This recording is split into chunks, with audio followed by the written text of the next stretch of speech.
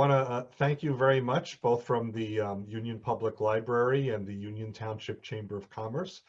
It's a pleasure to be here.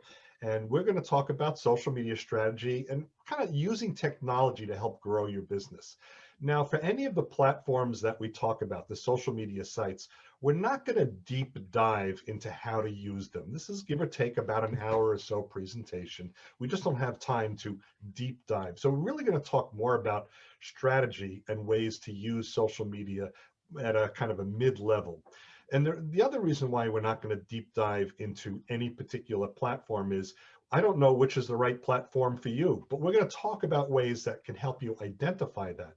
So for instance, if we spent 20 minutes talking about Facebook and you find Facebook isn't the platform for you, then that wasn't a very constructive use of your time. So this is really to talk a little bit at a high level about some of the platforms, but really to talk more about different sectors of social media strategy. And so we will open the curtain and I will quickly just introduce myself. And so as Debbie mentioned, I'm David Schuckman and I'm an IT guy. This is my company, Princeton Technology Advisors. I officially started it in 2014, so I've been independent since then. Prior to that, I had a 30+ year career in corporate in information technology roles. And kind of the things that we do, website work, whether it's helping a client with a new website, or what's very common, especially since I'm more of a provider to small business organizations and not-for-profits, a lot of times it's just updates or maintenance or support of an existing website, just kind of freshen it up. We do also search engine optimization, which we'll talk a little bit about today, in search engine marketing. And if your organization has a little bit of an office space or several computers, even if not in an office, and you want to make sure you have a good backup or virus protection strategy, we do those managed services. Or maybe you're looking for some sort of technology to use in your organization, and we can help you identify that and implement it as well. And as Debbie mentioned, I'm also an active leader in the job seeker support community, and I really call us a community. I had lost my job in 2012, and then a year later I lost it again, another job, and I just became active. It became a passion of mine. So I lead a group called Professional Service Group of Mercer County. It is a virtual group, and you're welcome to join or visit us if you'd like, psgofmercercounty.org. And I'm on the boards, or I facilitate other groups as well. So that's me in a minute or so. So let's dive right into this. And first understand or try and define why online presence is really just so important. You know, think of the way you work on. David, excuse me, a quick housekeeping question. I apologize for interrupting. Sure. But two questions. I may not be able to stay on board for the entire meeting, so I'm wondering, number one, are you going to provide slides to share, or are you going to share a link to the presentation, the full presentation? Yes and yes.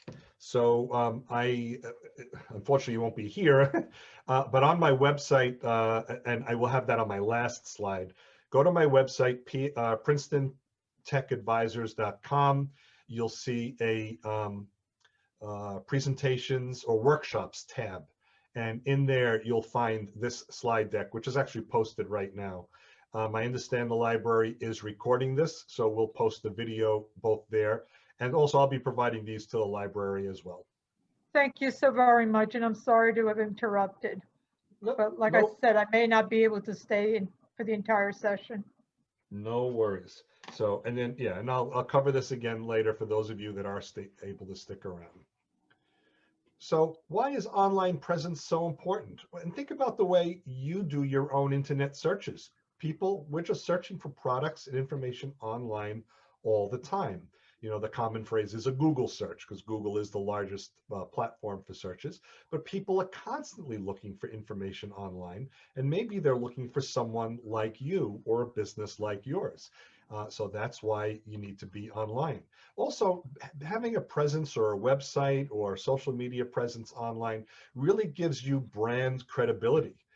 Not much different than if you didn't have a business card. Imagine if you met someone, you liked what they had to say, you asked for their card, they said, no, we're cutting costs, we don't have business cards. You would think that's odd. Being online, or I should say not being online, is just as odd for a lot of businesses. You also get to talk about what you do. You demonstrate your expertise and your knowledge, just so much about what you are and what you offer professionally. And it also validates you when you're referred. So if you think about it, if you had asked somebody, can you refer an electrician? And they said, oh yes, the ABC Electric Company, you might check them out online to see if they do the kind of services that you're interested in. So you're going to check them online. It validates the referral that you got. So it validates referrals. And if you are not yet known, this is where people can begin to find out about you. So being online is incredibly important for that. There's no yellow pages anymore, and some of us may remember the yellow pages. And actually, there is a third party, the Yellow Book, that does come out occasionally, but it's not what it used to be. It used to be when you were looking for an electrician or plumber, you went right to the yellow pages. It's just not the resource anymore. So if your business is not found online, it's irrelevant. Now, I don't mean to say the quality of your work is irrelevant, the nature of the way you approach working, everything about your business. I'm not trying to say it's irrelevant, but if you're not found by people looking for you, you're not earning that business. So to those people, you're irrelevant. And I can tell you with 100% certainty that that statement is true for these reasons. It's in bold red, and I wouldn't put it in bold red if it wasn't true. And I think I read it on the internet. Of course, it must be true. By the way, not everything that you read on the internet is true. I'm not getting into a political discussion. You have your own filter. So you certainly do want to promote yourself and your business online. Let your clients find out more about you, and you get to create the information you want to promote. I bump into a number of people who say, I don't want to be online because I don't want people to find out where I live or my social security number or any of that information. And I get that. That's very important, and that's very private. Doesn't need to be public. But that's not the information you're sharing. You're going to share the information about your business. Any information that's posted about you that is, you think is private is coming from other sources. It's not coming from you. So don't be afraid to post the information you want to post. So you are controlling the message. You only share the information that you want. And you also get to demonstrate to your clients what's really important, both for you from a professional, and what your clients will find important as well. You get to show off your expertise. You get to show that you are really an expert in your field. And if there's any negative stuff out there, you would be able to neutralize it. And so if anyone wrote something like a negative review on Google or something else, that would be unfortunate for a little while, but you get to neutralize it by being out there so prevalently on social media. And I'll give you an example of that. If you were shopping for a car today, and no need to answer in chat or raise your hands or anything, just think about this. If you were shopping for a car today, might you consider shopping for the brand Toyota? I'm not saying you're absolutely going to buy it, but maybe you would consider it. Or maybe would you consider the brand Honda? And I know when I do this meeting in person, or I have people where I can see them raising their hands, a lot of people nod their heads and raise their hands. And I always say, you're nuts. Why would you consider a Toyota? A few years ago, Toyota had a problem with their gas pedal sticking. It caused accidents. And Honda was well known for the problems with the airbags. There were accidents and people were injured and some were killed. Why would you consider that? That's awful. This was awful information out there. Because they controlled their message. They got in front of the message and they explained why there was a problem with the car or why there was a problem with the airbag. It turns out the airbag was another company that made the airbags, and Honda had replaced the airbags for all of their customers. My wife has a Honda Accord. We got ours replaced. Toyota found it wasn't a problem with the car, it was a problem with the positioning of the floor mats. If they were pushed too far forward, sometimes they would stick on the floor mats, and they rectified that as well. They controlled the message. So here's our first intermission point. So if anyone has a question, please feel free. Just unmute yourself and ask away. If not, we've got time later as well.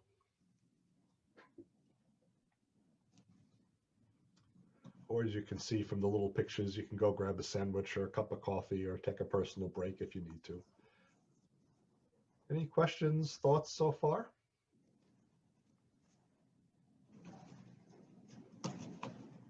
Okay, so then what we'll do is we'll just move along, and there's plenty of time later as well.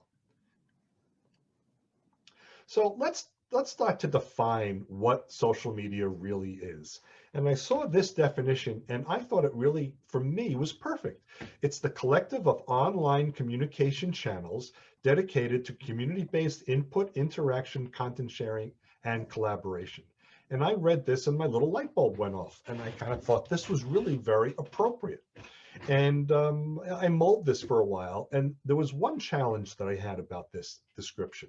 I think it's 100% accurate, but it's a little bit confusing, especially to the layperson or someone new to using social media. So I kind of boiled it down to this. You're just using the internet to share information with others. That's what social media is about. The communication channels, those are different websites and things like that, the different ways of communicating, but you're using the internet to share information.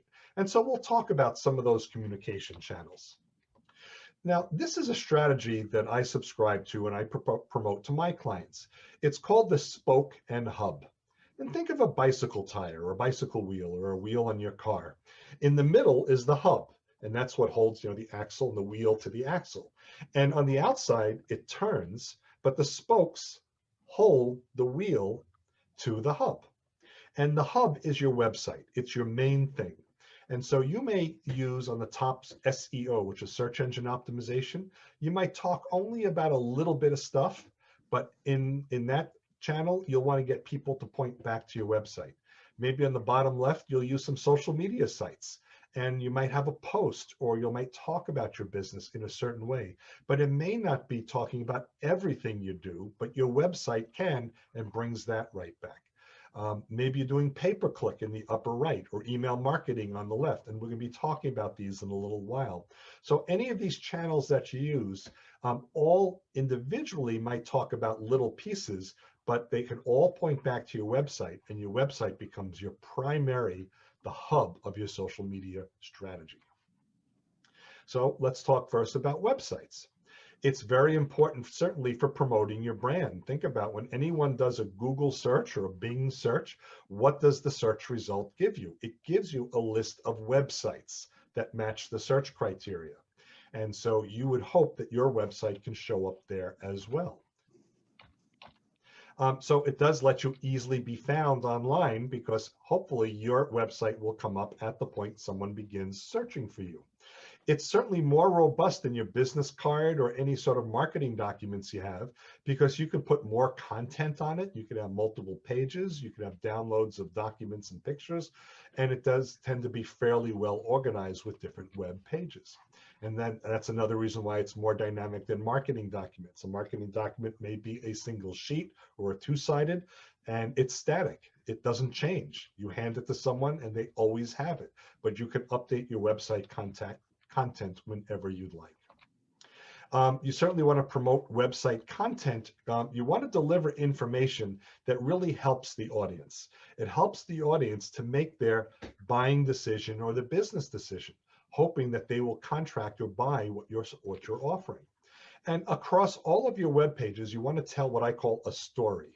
Now, I don't mean that you write several web pages that talks about your whole about me history, but the theme of your website, the meaning of your website, the types of services that you offer, the types of products that you sell, all have to have kind of a theme, and that theme has to resonate throughout the website.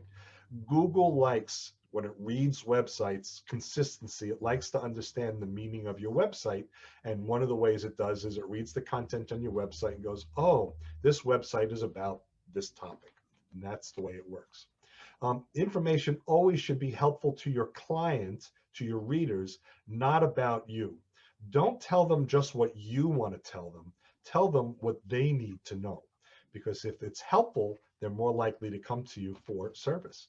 And you can use promote your content and use social media websites as well. And most of those websites are free, or you start out for free. And so now you're not only promoting your content on your website, but you're promoting it in multiple places. And Google likes that too. We're going to talk about search engine optimization towards the end of this program. That's what this concept is. But if Google sees information on social media, other websites, and your website, and it's all about you and your service offering, Google thinks you're more relevant to the search term. And then that becomes very important. You certainly want to make sure that your website is mobile ready, which we call it responsive design. So you really want to make sure that all the web pages can be delivered on a screen that's of different sizes. So there's a good chance you're looking now on a desktop monitor, which might be a wide screen, maybe a laptop monitor, which will be similar but smaller. Maybe you're using a tablet or a phone. Those are clearly even smaller. You need the web pages to begin to understand that they're being delivered on different screen sizes and adjust the text accordingly. If not, used on smaller screens, it looks like a very difficult eye chart and hard for people to read it. So it adapts to any device. And by the way, it doesn't cost extra to have your web programmer do this or for you to do it. It's all built into the themes and the designs of websites. Just make sure you are using this. And so for us as developers, it's really very easy. Themes that the web tools provide really allow for mobile viewing, and we get to test that as we develop.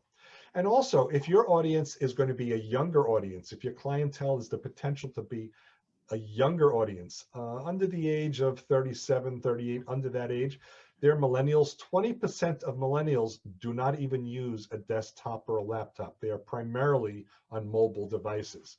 So if you're not going to be easy to read on a mobile device, you're going to lose the millennial audience if that's important to you. You also want to do what's called local search criteria, or local SEO, search engine optimization. You want to include content, even little bits and pieces of content throughout your website that lets Google know where you're located. 20% of Google searches are local searches. So someone may be typing boat supplies Union County as opposed to just simply boat supplies. And so boat supplies without Union County, you may get a broader range of results. But if people are searching locally and you're a Union County area business, or at least around that geography, you want to make sure within your website you add that type of content. So there are different ways of doing it. You may want to add your location or your contact information on every page. You can put them in the header or the footer. And by contact info, you can also put just words. So you can have the about me, and you could say, we are the #1 service organization in Union County for this type of service. Or I built my business in Union County and we serve the whole Union County greater area, stuff like that.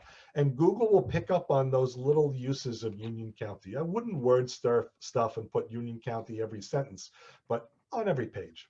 So use those local terms. You may want to add a map with directions, like a Google map. It's very easy to do. Maybe you've got listings on the directories like Yelp or Local or any of the others. And so you can put those links on your website as well. And it begins to let Google know exactly where your geography is and what your service area is. If you are servicing a wider area, there are techniques for doing that as well. But my first assumption is because you are a local or regional chamber of commerce, your search is more likely to be with businesses in your general geographic area. There's also something called Google My Business. It's a free service from Google, and it really kind of helps your visibility. You might have typed in a search of a specific business, and not only do you get a list of the web pages, but on the right side, you might get this kind of panel similar to that one is mine.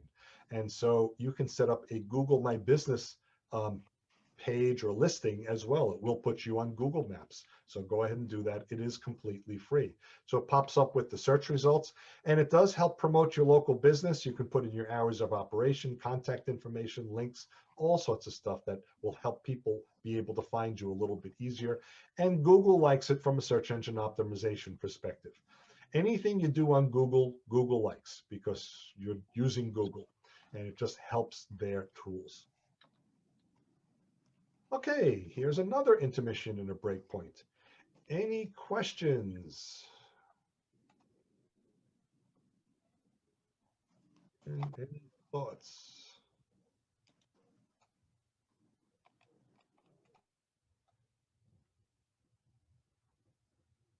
Okay, don't have to all shout out at once. Hopefully you are absorbing this and I'm not making this too difficult, but if so, you have a question or something's not clear, just of course, let me know. I see that everybody's muted. I don't know if that makes a difference. Oh yeah, well, please unmute if you're going to ask your question, absolutely. From my perspective, you've been very clear, so Okay. not having a question isn't a bad thing on my end anyway. Okay, well, that's certainly good to know as well. And so, all right, well, we'll have more time through the program, or like I said, if we cover a specific point and you've got a question right there, just unmute yourself and excuse yourself, and we'll answer the question right at that time. But we have plenty of time, certainly, for any questions and answers you may have. And if there's nothing right now, we will. David, I have a comment, not really a question, but okay. just something right in the beginning that I totally agree with you on is that, 90% of people go to a website before they'll call you. So you made a really good point there right up front. The problem is that 96% of those people will leave the website without taking any action. So as a marketing professional, you have to figure out, how am I going to capture those people that are coming to my website and be able to retarget them in some way? So, go ahead. Yeah, among the ways you can do that on your website is make it a little bit interactive. We call those things calls to action. And there could be simple things like, give us your email address and we'll send you our top 5 tips sheet. Or could be, if you buy from us, we offer free shipping, and begin to give people a little bit of a reason, a call to action of why they would want to stick around on your website. So that would be one. And also make it very easy to navigate when you design the website, so that, some people are a little bit hesitant using technology and you don't want to make it difficult. Those could help. One thing I've noticed, I don't know if you've ever shopped online at Best Buy. Of course, Best Buy is the big consumer electronics store, and they do have a website as well, bestbuy.com. Every once in a while, when I look for something, whatever category I'm looking at, they'll tell you, put the item in the basket, in your cart, and then we'll tell you the price. And I actually don't like that. I think you should make it as easy as possible for me to know to make a decision. I don't know if their thought is, well, if I put it in the cart, I'll probably buy it. That's not the way I like to shop. So another opinion that you should do with the website is make sure it's very easy to use and inviting. But yeah, good comment. Thank you. You're welcome. Yeah. So, our belief is that you should try to touch your client with as many touches as possible. So, we're a printing company. We believe print is one of the touches, but you absolutely positively have to have a good website because people are going to be drawn to that first. So we try to combine print with social media to make for a successful marketing campaign. Oh, terrific. So yeah, I don't remember what, there are a number of touch points that typically we need to make with a prospect that we think is can benefit from us, and it may be a number of touch points. Another thing you can do is what's called email automation. So one example I gave earlier was, if you give me your email address on the website, we'll send you our tips document. That's automated. That automation can be done with Constant Contact and MailChimp and Aweber and all those. But the automation can continue. You can schedule 2 or 3 messages over the course of a few weeks and automate those touch points. So yeah, great idea.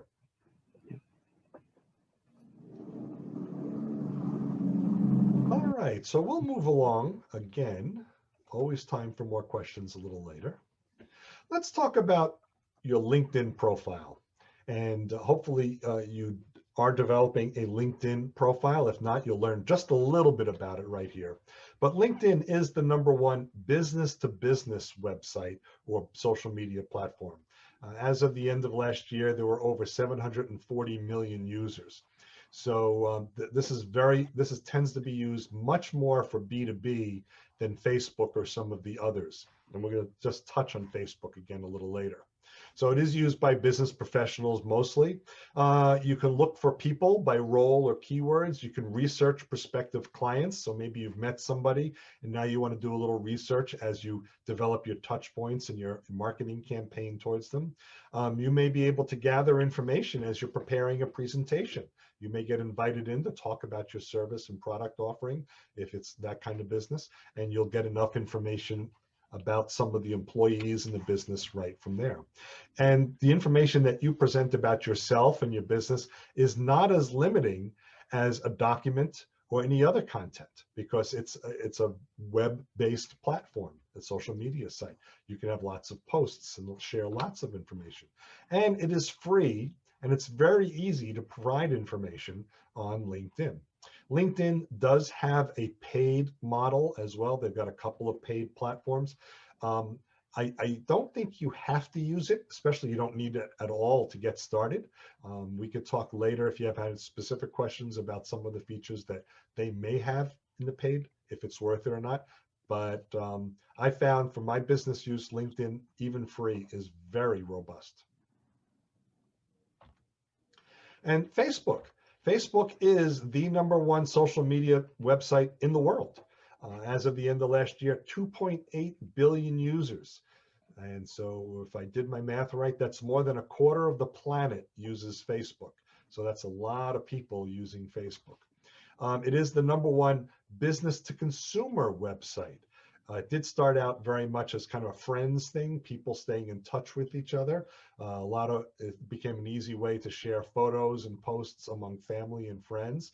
Businesses are using it more and more. It may be appropriate for you to be on Facebook, especially if your business is consumer based, because you'll find that there are a lot of consumers, but a lot of businesses are promoting and posting in Facebook. So it may be a great platform for you and your business if that seems appropriate.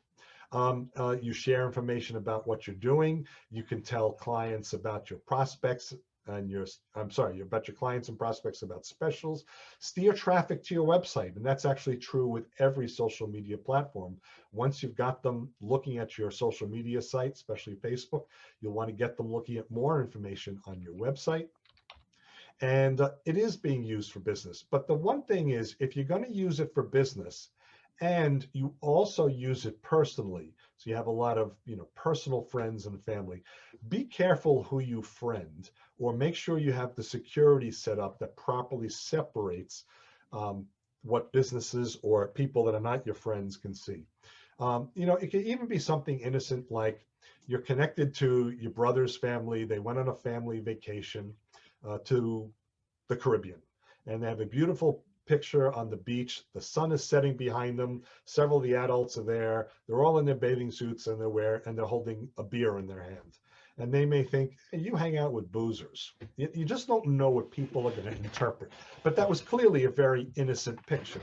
So you may not want your friends to be connected at all to your business or vice versa. You'll want to lock that down pretty much. Again, we're not going deep diving into Facebook or LinkedIn or the others, how to accomplish that, but always be careful of how you build your mix your personal and professional relationships.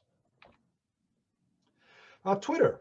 Twitter is also an incredibly large platform for writing anything you want within 280 characters. And yes, you can include photos, documents, and links as well. They measure the users a little differently. They changed it last year. So they probably have about 325 or so million users, but they measure it. There are 192 million daily active users as of the end of last year. So they're really telling you how many people are really using it, no matter how many live active accounts they have. Let people know about an article of interest or other happening that's going on that's relevant. You can let them know about an upcoming event that's happening. Maybe you'll be at a professional association, or you'll be at a expo or something. Let them know of some accomplishments. We just hit our 100th install of our product, something like that. A little small message. Some people are really not sure about the effectiveness of Twitter.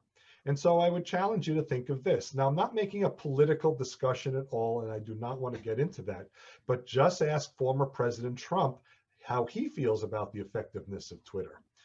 He is someone who used it very well, and lots of politicians do as well. And you may say, I'm not on Twitter. I don't think there's a value to it. And that may be true, but someone like President Trump was able to get his message out to people who are not Twitter people because other people followed the message and broadcast. And that's why you use social media. Even if you're not on that platform, others will read about it and let their network know as well. And Twitter is a great way to stay active. And plus, since you're only writing 280 characters, you're not spending a lot of time on it to get your message out. So it works out very efficiently for some people. Some of the others that are out there, meetup.com. And in case you're not familiar, meetup.com is not the world's #1 dating website. That's not what meetup.com is. What it is, it's a social media platform that has groups of people. And the groups are called meetups. And the group host is the one who pays for it. Meetup is completely free. And so they can form a meetup group on just about any topic. So even though I joked it's not the #1 singles or dating website, I'm sure there are groups for singles. There could be hiking groups and bicycle groups and business-to-business groups and job seeker groups, all sorts of industries. So it makes a lot of sense. It's completely free for you to create your profile. And then Meetup, once you have a robust profile, will send you emails periodically and say, here's a group that may be of interest to you. And you may get an email, something like, you know, there's a business social in Bridgewater. Look at it, go, don't go, join, don't join. That's up to you, but it's kind of helping you out find other groups. Don't just join groups in your industry. Join groups where your clients hang out. So, you know, if you're an accountant and you join an accountants group, and that's fine, and you'll meet other accountants. But if you join a small business owners group, you may be meeting prospects, potential clients. And so that may be more relevant to you. YouTube, if you don't know it, you're probably one of the few people, but it's that website that has all those videos on how to do things. You can watch old episodes of TV shows, and people and businesses are posting all the time. Matter of fact, anytime I post my presentation videos, I actually post them and host them on YouTube and then put the link on my website. And so it's free to use. It's actually owned by Google. So also when you're doing Google searches, when people do Google searches, if your content is on YouTube, it helps in your Google search. If you are an organization or a company that is digital oriented or video or image oriented, you should have something on YouTube. But certainly you can create your own little 1-minute commercials with your iPhone and just tell people why you're the terrific local accountant or plumber or whatever your business is. And Instagram is kind of similar. Instagram has over 1 billion users, and it is also a mobile and photo platform. And it's generally short videos, like little blurbs and commercials. And so Instagram, another wonderful platform, especially if you're going to be in the digital space, or if you can do any quick infomercials, you can be found quite easily. There are millions of websites that are out there. You have to find the ones that are right for you. Now, for B2B, this is at a high level the most effective platforms that you can be on for B2B. Now, I can't tell you that if you're a B2B person, LinkedIn is the right one for you. Maybe for you it's Twitter, maybe it's YouTube, maybe it's another one based on your industry, because there are a lot of industries that like to have their own platforms as well. Maybe you're doing your home goods and you're selling product. You would maybe use a different site for that as well, like house.com. Now, by the way, when you download, if you want, and you download this presentation, the link at the bottom, it goes to the whole article that has this particular diagram. So this is for B2B. If you're B2C, these are the most effective platforms. And you see LinkedIn went to the bottom of the top 5, Facebook went to the top. So you'll find that if you're a consumer-oriented business, you might want to be more focusing or initially on Facebook or Instagram or YouTube. That tends to be where people hang out and start searching. And so you might want to promote there when you get started. Hey, David, can you just explain B2B and B2C, what they mean? Yes. B2B is business to business. So that means you are a business and your primary clients are other businesses. So that's what B2B is, and you would be marketing content to businesses. B2C is business to consumer, or the retail type of a customer, or the more like the end user. So if your business is marketing to consumers, typically a plumber would market to a consumer, an accountant may, or an accountant may to a business. So if you're marketing to a homeowner or an individual, that's the consumer, and that's the type of business you'd be marketing to, and your content would be there appropriately. Yep, thank you. I have a second follow-up question on B2C. Okay. Between Facebook and Instagram, you made a comment earlier about age-appropriate sites for under 21, I guess. What about for older folks between Facebook and Instagram? My impression is that Facebook is better in the B2C setting. Is that correct? So statistically, yes. Facebook has been around longer. And so as people gravitated towards it, they got comfortable. As other sites came along, younger people tend to be much more opening to trying the new things, or maybe they're trying to just get away from their parents. So where the older people, let's say the 50+ crowd, and I'm in that certainly, may stick with something that they got comfortable with. So if you're going to do B2C and your crowd is typically, let's say, a 50+ age group, Facebook may be right. We're going to talk a little bit in a little bit about targeting your audience, but that may be a good platform for you. Yep, thanks.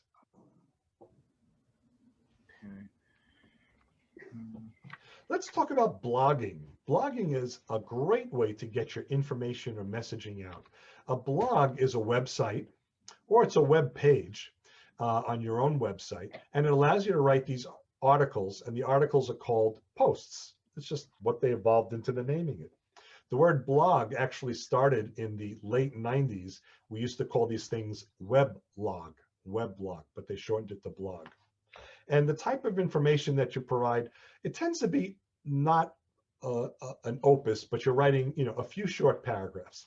It's typically your opinion, or you're sharing information based on something that you already know about. You're not exposing or creating or talking about something new. If you create something brand new, you probably want to go to some kind of industry journal instead. But if you want to talk about your opinion or your service offering or ways to help or improve, those can be great types of topics to offer. You can put it on your own website or your own blog site. I have a blog page on my website. Or you can find some other website, maybe in your industry, and they invite third-party bloggers or authors, and you may contribute there. And so it really allows you to demonstrate your expertise in a little bit more detail. And so also let your readers comment or be active with your posts. And that's kind of similar to Joseph's question or comment a little bit earlier. We talked about you want to engage your readers on the site. You don't want them just to show up and leave.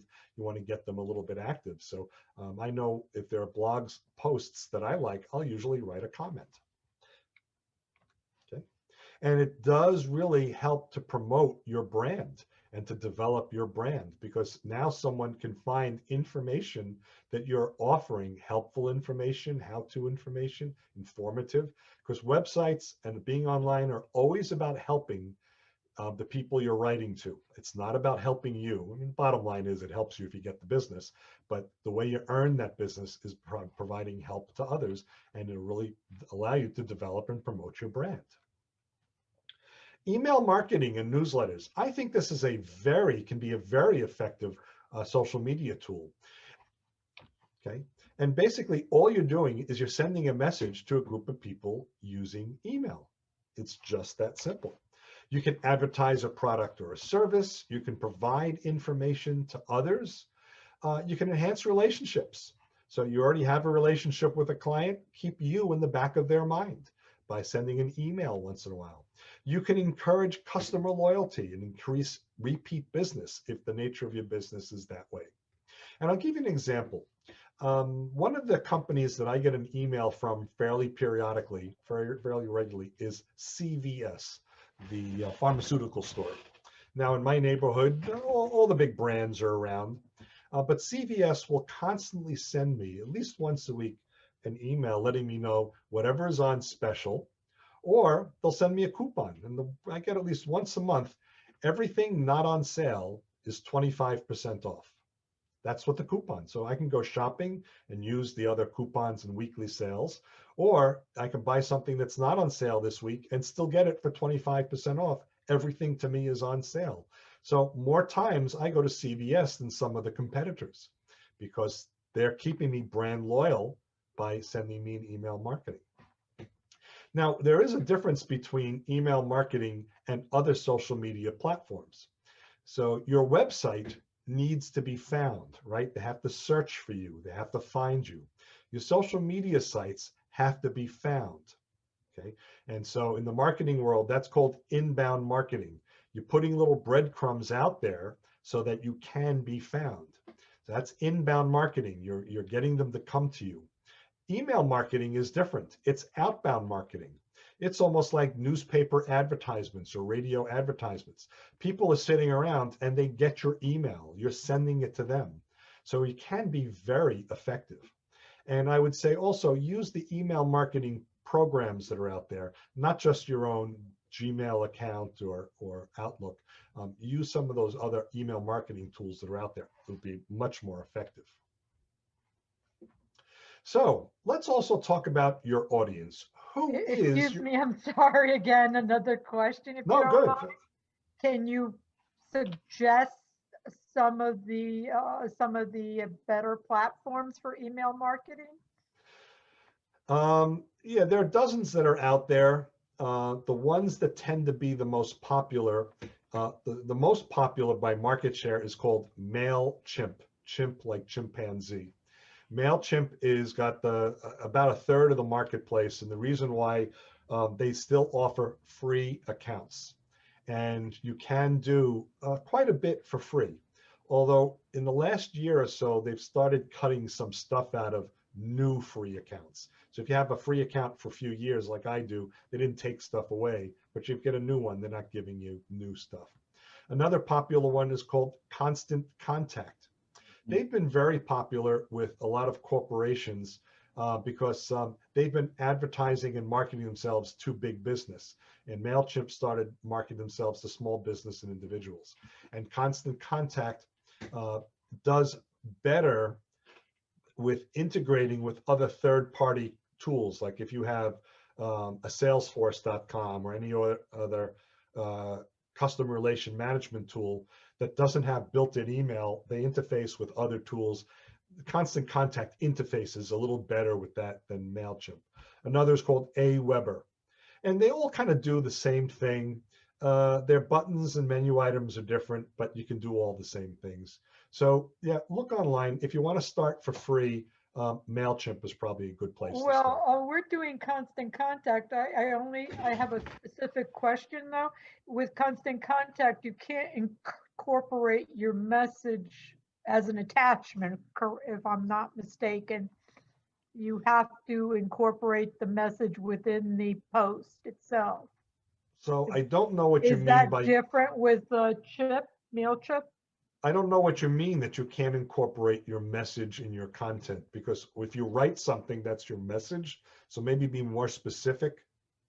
Well, I'm so used to like with emails in any of the email programs, you attach, you send an email and you put an attachment. You can't do that with Constant Contact. I don't believe. MailChimp, I don't know if they've added that. I would have to look, but there are ways around it. And the same, and I thought Constant Contact did it. I think Aweber does. But yeah, what they don't want to do is clutter themselves with a lot of stuff. But there are a couple of ways around it. One thing is, if it's not a big message, like if it's a newsletter, in theory, you can put that into the content like a photo. So you can do it that way. I'm not a fan of doing that.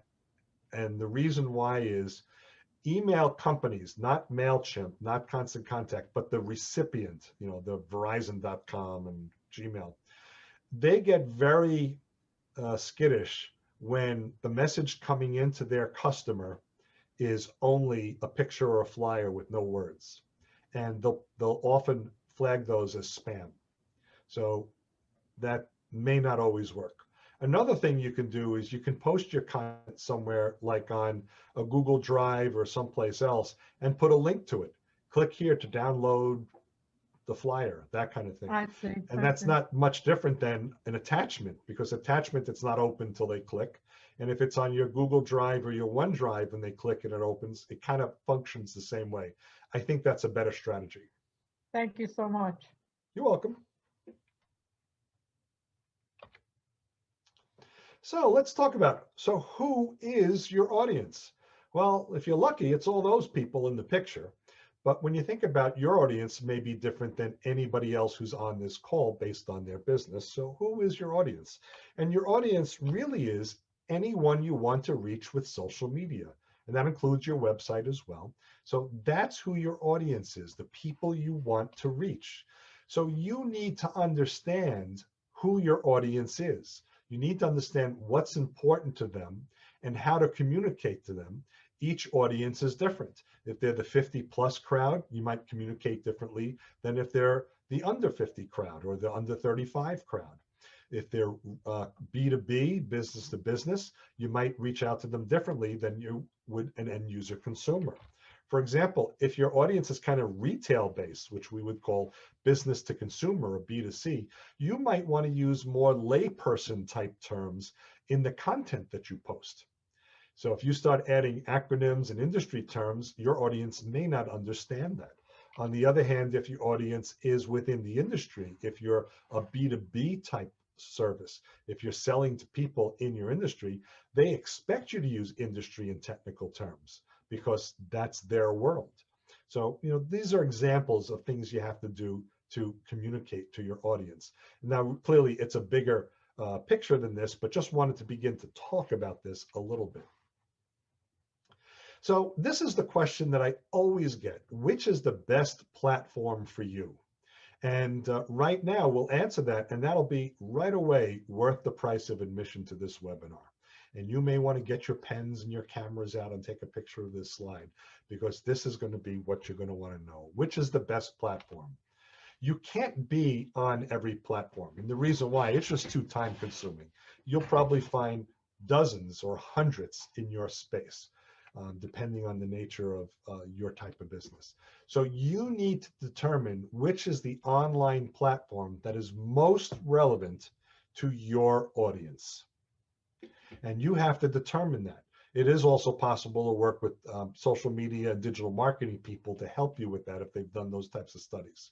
So ask yourself, where is my audience? Where are my clients when they're online? Where do they hang out?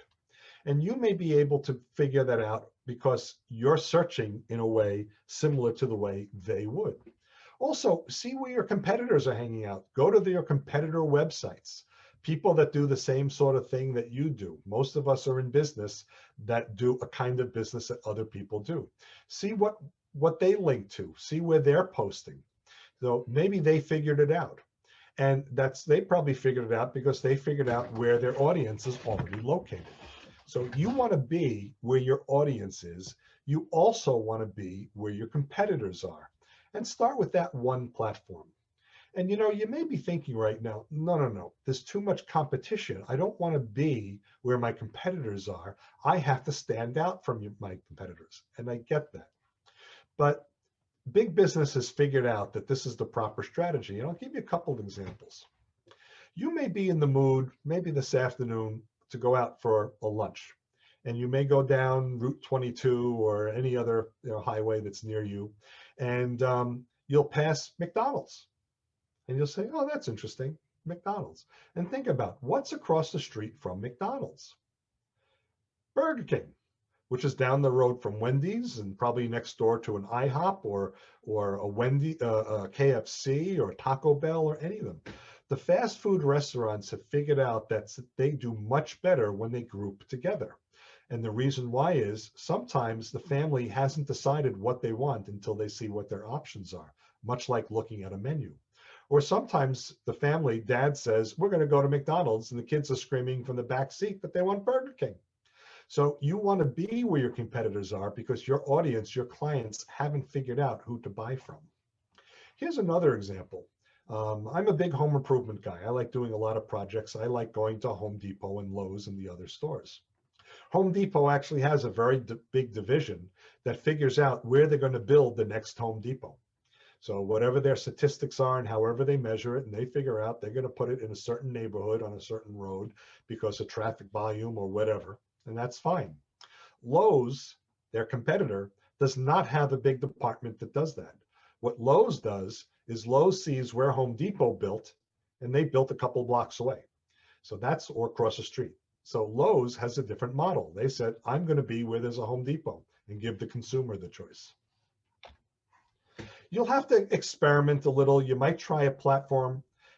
You'll see if you're getting more hits on your website, if you're getting more views to your posts online. You can manage and measure these performance. If you think it's not going well enough, try another website, and then stick with the ones that work. And you don't spend as much time or any time on the ones that aren't working as well. So it's really up to you. So which online platform is best for you? I can't answer that specific question, but again, you need to know the one or the ones that your audience is at. And then find the one that works best and stick with it. So what do you do next?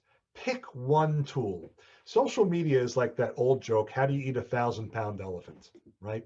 One bite at a time. You look at the elephant, you can never eat it. If you look at social media, it may be too daunting. It is a big topic. So just pick that one tool where your audience is. Sign up and create an account. Most of them have free accounts. So start for free. Learn later what you can get if you pay the account, boosts and things like that. If you need assistance, try get some how-to assistance from webinars or YouTube videos. Ask friends that you know or family members. Find a class. And if it's going to need a little bit more effort, find a consultant. So there are plenty of places you can find resources. If it's too time consuming, you might have someone do the work for you. That way you can focus on your business.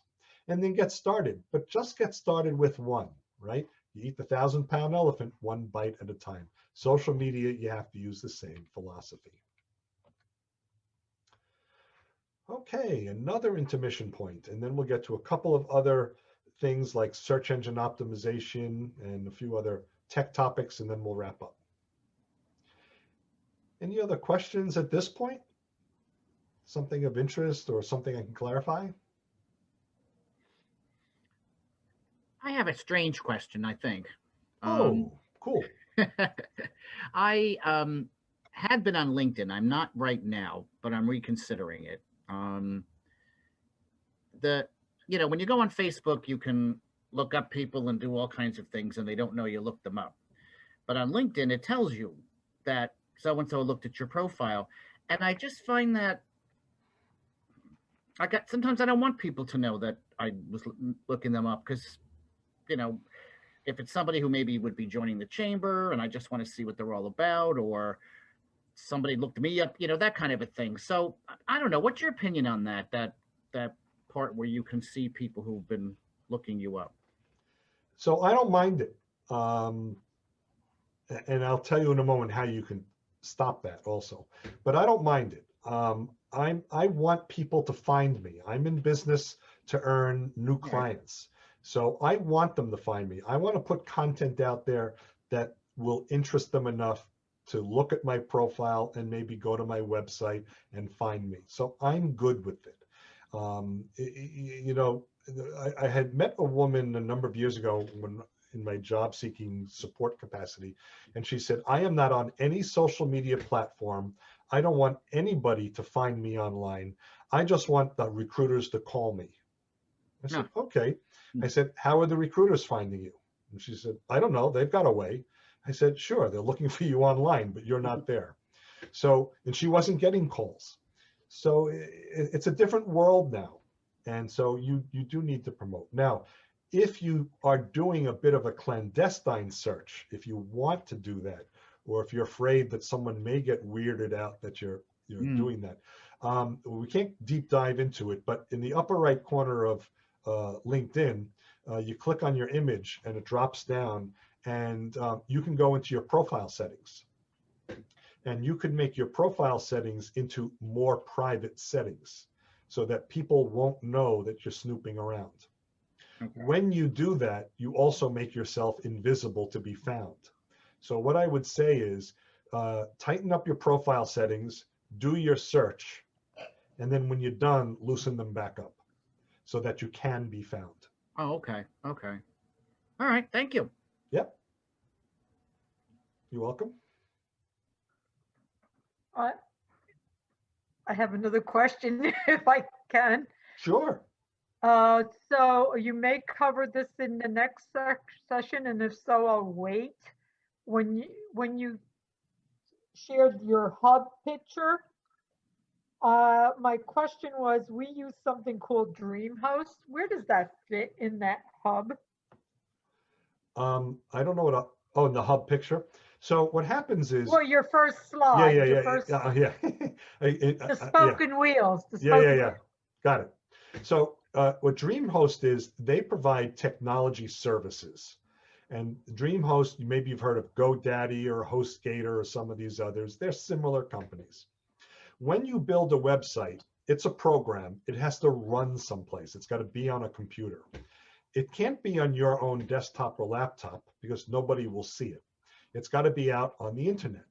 And so what DreamHost does among the services is they have website hosting. And so you can build your website and run it on one of their computers. So where does that fit in your picture? It's probably most closely aligned with web hosting, the website, if you're doing web hosting. But if you need business email, so if you were, ida@mybusiness.com, you could register your website domain, the web address, with a company like DreamHost. They sell you a service, email service. So you're not just using, ida@gmail.com, but it's ida@mybusiness. That business email, they can sell it as well. And so they're really a service provider that's kind of supporting that hub. It's not really part of the hub. The hub is showing you have a website, regardless of DreamHost or who's supporting it. You have email marketing, doesn't matter if it's Constant Contact, MailChimp, or somebody else. You are doing blogging, you are doing search engine optimization, all those things. So it's kind of an underlying supporting vendor. Gotcha, thank you. Yep.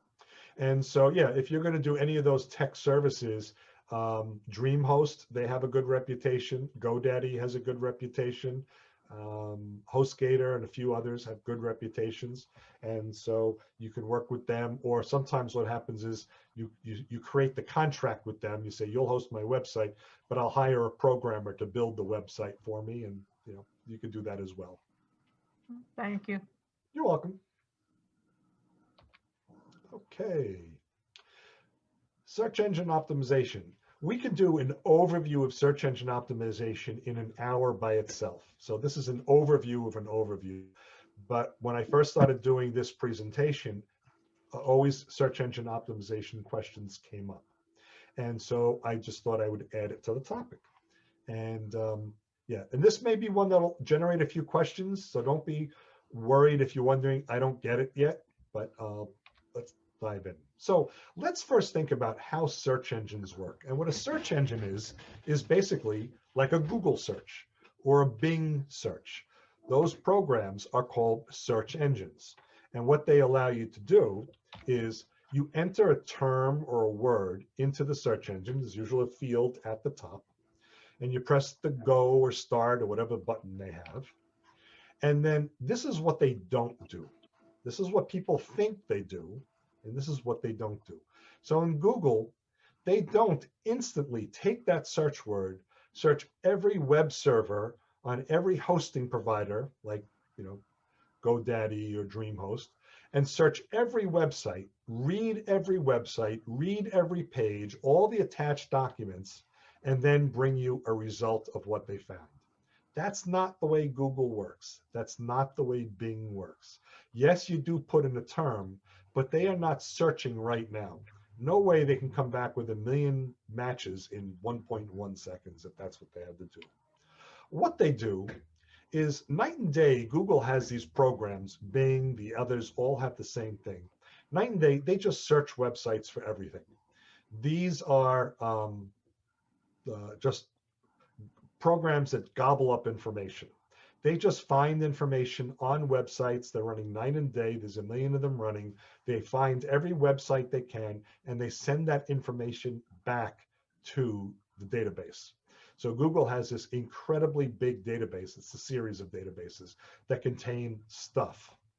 And so when you put in your search result, a search criteria, the result is information that it's already found in their database. So what you want to do with search engine optimization is you want to begin to organize your online presence, the content of your website, and all that, so that it goes into not only the Google database, but Google can make sense of it. They see the relationship of the information and the relevancy to the search terms being put in. So search engines work by accepting a search term and searching a database of pre-collected information and serving up the results that it feels are relevant to the search.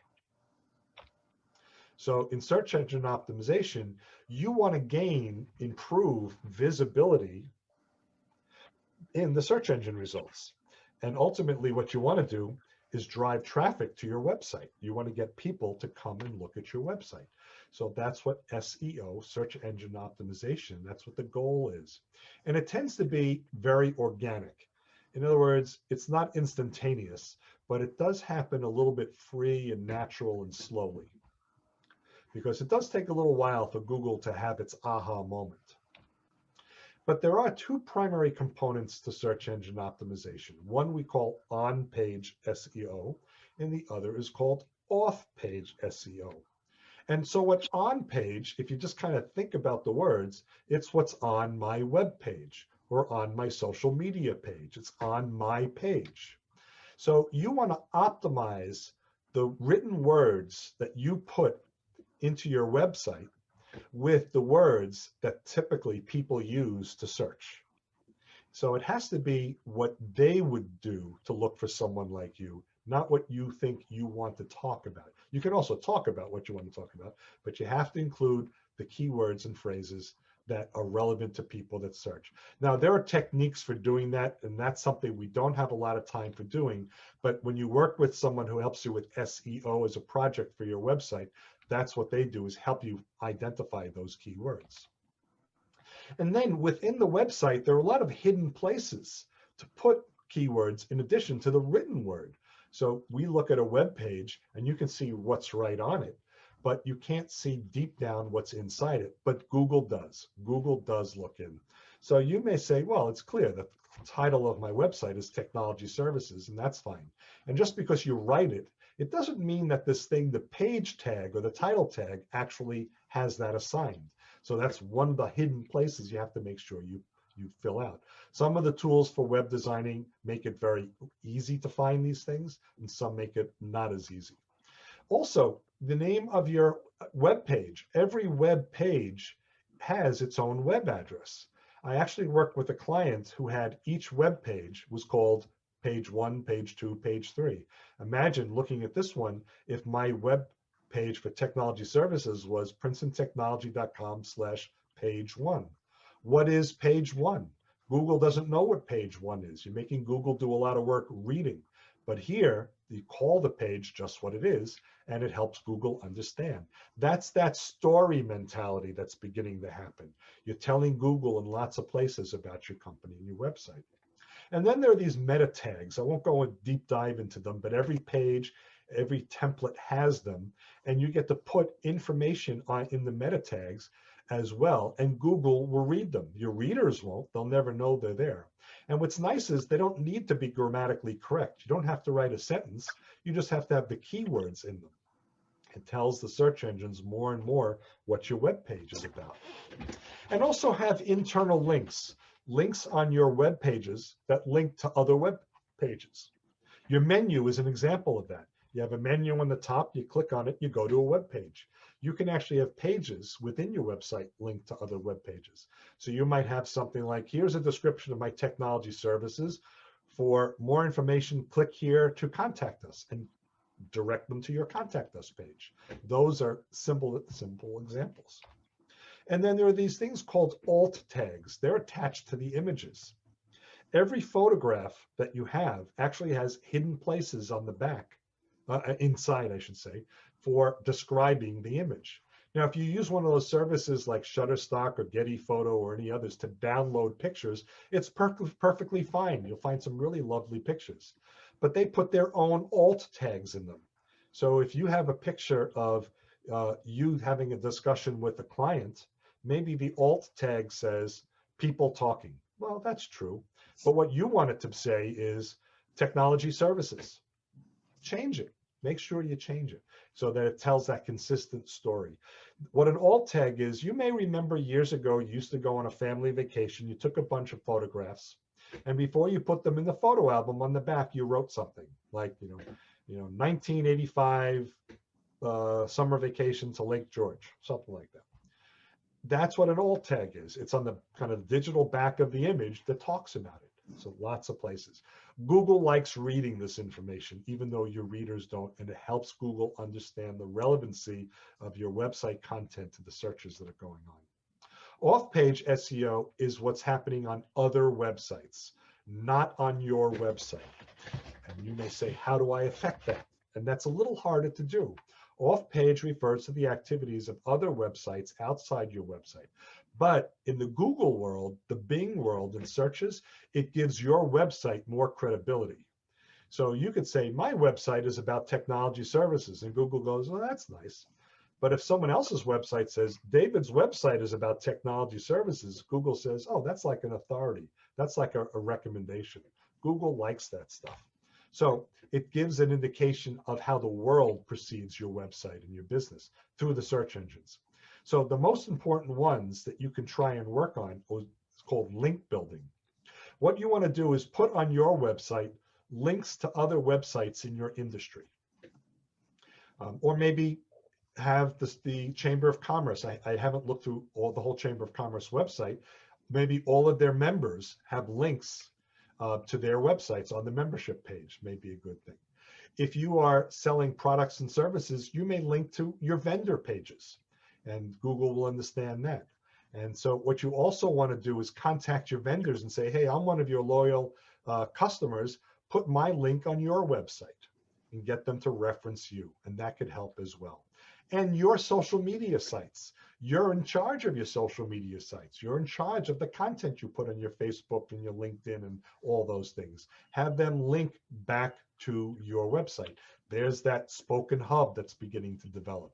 And Google likes that from a relevancy perspective. So the types of things you can do to improve search engine optimization, start with the on-page SEO, update your text, your content, your keywords, your image keywords. It's easier than the off-page because it's your website. You could do it yourself, or you have your web developer do that for you. The off-page SEO does take a little more time, but you can start by writing a blog post and reference back to your website or posting on your social media. Ask some other people to do posts and links to your website as well. Submit articles to industry. Maybe you'll get a reference that way. That could help you as well. So we've got one more topic after that, but I thought, even though we only did a few slides, if you've got any SEO questions, maybe while it's fresh in your mind, we would answer that here. I think that you provided a wealth of information. Why don't we hold all the questions to the very end? Very good. Okay. So in addition, there's something called pay per click. And these are also called paid search. So what you're doing is you're using these social media tools or the search engines to promote your website in a more prominent way, and you're willing to pay for that. It's paid advertising. So what is pay per click? It's an internet marketing strategy. You're basically paying that provider each time somebody clicks to get to your website. So if you post an ad and someone clicks on it, you pay for the click. You don't pay typically for the ad, you pay for the click. So you're basically buying visits to your website rather than earning them organically. Search engine optimization is earning them organically, building the content so that Google will just serve you up. But here what you're saying is serve me up, put me near the top. And pay-per-click, it's very popular. It's a very popular form of online advertising. Lots of people offer and use it. And the social media platforms do it. Internet search engines offer it. So you may have heard, like in Facebook, you can boost the post, or you can pay to get yours on certain sites or pages. And that's what social media does. Search engines offer it as well.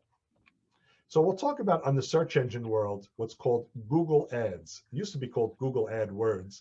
Now it's Google Ads. Again, we could talk about this for an hour or more, but we're just going to talk about it for the next few minutes. 89% of internet searches were done in Google in 2016. I'm telling you that because you can also do ads in Google, in Bing, Yahoo Search, and the others. For 89%, just do it once, do it in Google. You'll hit most of the people that'll find you. Your website is seen by your customers at the moment they're searching on Google. Or I should say, the link goes up in the search results at the moment they search, as long as your ad matches their search terms. But you only pay when they click to your website. At a high level, this is how it works. You write an ad that tells people what you offer. That's free. And you choose your advertising audience. You're not going to advertise throughout the world. You can advertise in geographic areas as large as a city, a state, or right down as small as a single zip code. So if you want to be just Union County, that's fine. It'll be all the zip codes in Union County. Why is that important? People in Texas will not see your ad and will not pay, you won't pay Google for someone in Texas for clicking in. That's important if your clients are just not going to be in Texas. So you only want local. You can expand it to several counties, the whole state, whatever you want. And then you set your bid strategy, how much you're willing to pay for the click. Now, Google usually gives you a sample, a recommendation. They may say pay 50 cents or $1. Stick with their recommendation because if others come along, they may bump you up. They may push your ad further down, or Google may turn down your ad if you say, no, I'm just going to pay a penny. You know, you're not going to get any traction. And you can limit it to a daily budget. So let's say you said, well, I'm going to pay $1 for an ad, but I can only afford $10 a day. Because $10 a day for a month is $300. So there's your budget. So if you get 10 clicks, there's your $10 a day. If that happens by noon, the ad will be turned off until tomorrow, and then Google will turn it back on. If you get 10 clicks until 6 o'clock, then it went on all day. Now the ad will pop up until you reach the $10, even if, no matter the time of day. But once you reach that daily budget, it takes down the ad until tomorrow.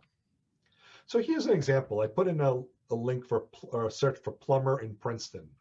The very first one, Horizon Services. They're a big plumbing company in the state. And you can see just below the name, Plumber Princeton, there's a little ad. So they have an ad. The next one, Roto-Rooter. Roto-Rooter, of course, very big. We probably all know Roto-Rooter. And then right below that, Mr. Rooter. So they got their ads to come right up to the top because of the way they formatted their ads, and they're seen right away. And maybe Mr. Rooter is not in Princeton. Maybe they're actually in Burlington County, but they service Princeton. So the local SEO that has my address will keep them in Burlington, but the ad gets them to Princeton. So how do you compare search engine optimization to pay-per-click? Search engine optimization is slow. Just because you put the words there, Google needs time to figure this out, but it is completely free. I mean, the work to do it has some effort and cost potentially if you hire someone, but to maintain it is free. And once Google knows you, it's very durable. Your reputation is known. Pay-per-click is fast. As soon as you post your ad, it's there. If you don't manage your budget, it may get expensive. So do manage your budget. And as soon as you take down the ad, it goes away. So pay-per-click also has an easier way of managing your return on investment. It's not affected by the Google search algorithms. So Google may decide from a search engine optimization point who to put up first. Pay-per-click, you go right to the top, and you can target your audience. So it may be a worthwhile investment from a marketing perspective. So as we wrap up, using social media is using the internet to share information with other people. It includes your website, it could be e-commerce, social media platforms, email marketing, search engine optimization, pay-per-click. There's a lot of them that are out there that are different strategies. But what's important, you do want to monitor and tweak the tools and the performance that you use to make sure you're being as effective as possible. And because it can be overwhelming to get started, just get started with one. Start with the one that meets your needs. Start with the one where you expect your audience to be looking anyway. As you get comfortable, then you can move on to another one. And so that's where we are. So if you want to download the slide deck, you can go right to my website. It's there right now. You click on the workshops menu item right at the top, and then click the link recently offered programs. And so it's one of the top 2 on that page right now. The reason why I say that, I'm doing another presentation this evening. I have them both posted up there. So I think this one is actually the second one, but you'll be able to download a PDF version of the slides. As soon as we get the video, I'll be posting a link there as well. So you can download the video from there, and I'm sure the chamber and the library can provide the resources to you as well. So that's where you find the slide deck, princetontechadvisors.com, go to workshops and recently offered programs. And so that's where we're at. And that's my contact information if you're interested. But in the meantime, any other questions before we wrap up?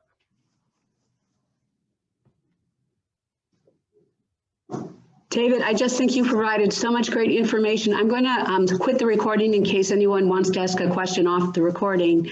But I want to thank you and the Chamber of Commerce for putting together today's presentation and sponsoring it. It was really useful. I'm sure that a lot of people will be watching it on our website, on YouTube, our YouTube site. Thank you, David. Well, thank you very much. It was my pleasure. I enjoyed this opportunity. And yes, I'm sticking around a little while longer. So. But otherwise, if not, have a good day, folks.